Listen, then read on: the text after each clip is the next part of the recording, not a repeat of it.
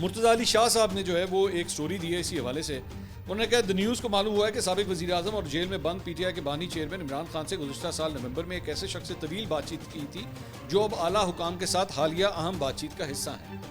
انتہائی موقر ذرائع نے اس نمائندے کو بتایا ہے کہ امریکی پاکستانیوں کے گروپ کے گزشتہ ماہ کے تیسرے ہفتے میں عمران خان کے ساتھ مذاکرات سے پہلے اڈیالہ جیل میں عمران خان اور ایک ایسے شخص کے درمیان بات چیت کے کئی سیشنز منعقد ہوئے تھے.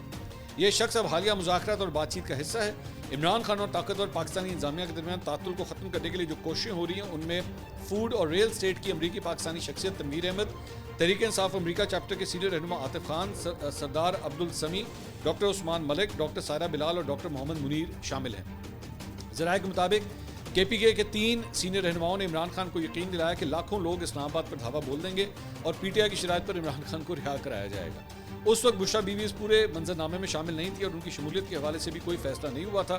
عمران خان اس مارچ کی کامیابی کے لیے اس قدر پر امید تھے کہ انہوں نے امریکی پاکستانیوں کے ساتھ مذاکرات ختم کرنے کا فیصلہ کر دیا کہ نہیں مجھے ضرورت ہی نہیں ہے، ادھر ہی ہوئے گا جو کچھ ہوئے گا. تو اس خبر کی تصدیق جو ہے ویسے 2 ہفتے پہلے بھی ہو چکی ہے. سجاد برقی صاحب جو ہے وہ اپنے ایک انٹرویو کے اندر اس بات کی تصدیق کر چکے ہیں کہ ہاں جی اس طرح ایک گروپ جو ہے وہ گیا تھا. اب سوال یہ ہے کہ میرا صرف سارے معاملے کے اندر پوائنٹ آف ویو یہ ہے کہ بھائی مذاکرات کو عمل دیجیے، اسے ٹائم دیجیے، اسے موقع دیجیے. پاکستان تحریک انصاف جو ہے اگر اپنی چیزوں کو ریزالو کرنا چاہتی ہے تو وہ صرف اور صرف اسی کے ذریعے ہوگا. وہ صرف اور صرف اسی طریقے سے ہوگا کہ اگر آپ اپنے اسٹیبلشمنٹ کے ساتھ، فوج کے ساتھ معاملات کو طے کریں گے، سیٹل کریں گے.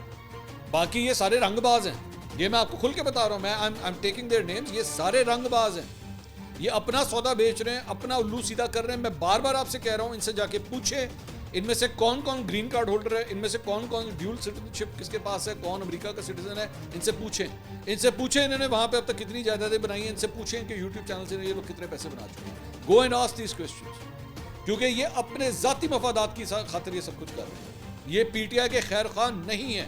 میں آپ کو بار بار یہ بات بتا رہا ہوں، یہ آپ کو گدھا بنا رہے ہیں، بیوقوف بنا رہے ہیں. ان سے پوچھیں انہوں نے پچھلے 10 سال میں اب تک کتنی جائیدادیں بنائی ہیں.